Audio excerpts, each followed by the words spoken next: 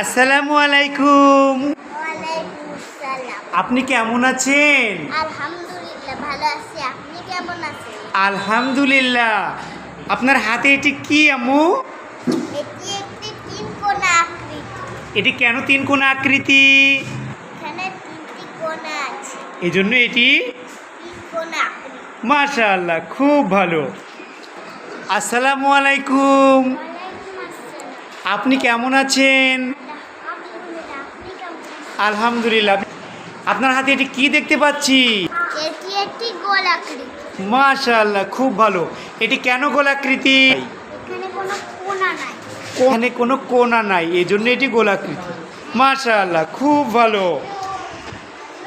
আসসালামু আলাইকুম। ওয়ালাইকুম আসসালাম। আপনার হাতে এটি কি নিয়ে দাঁড়িয়ে আছেন?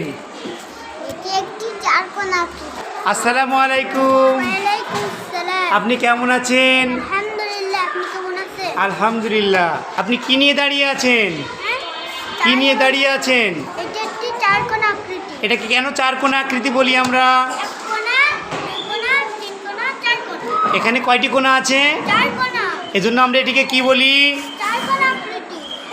এবার আমাদের দর্শক বন্ধুরা বলবে, সাইমা আহমেদ জারিয়ার হাতে আমরা কি দেখতে পাচ্ছি? কেন তিন কোণা আকৃতি?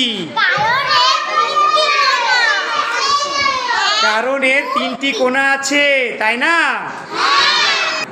আমরা আবির হাসানের হাতে কি দেখতে পাচ্ছি? কেন এটি গোলাকৃতি?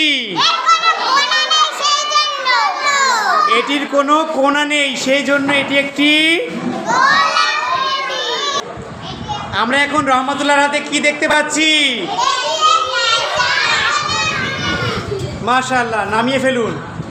আমরা এখন আব্দুল্লাহ আল জুবাইরের হাতে কি দেখতে পাচ্ছি? এটি কেন চার কোণা আকৃতি? এটি চারটি। মাশাআল্লাহ, খুব ভালো।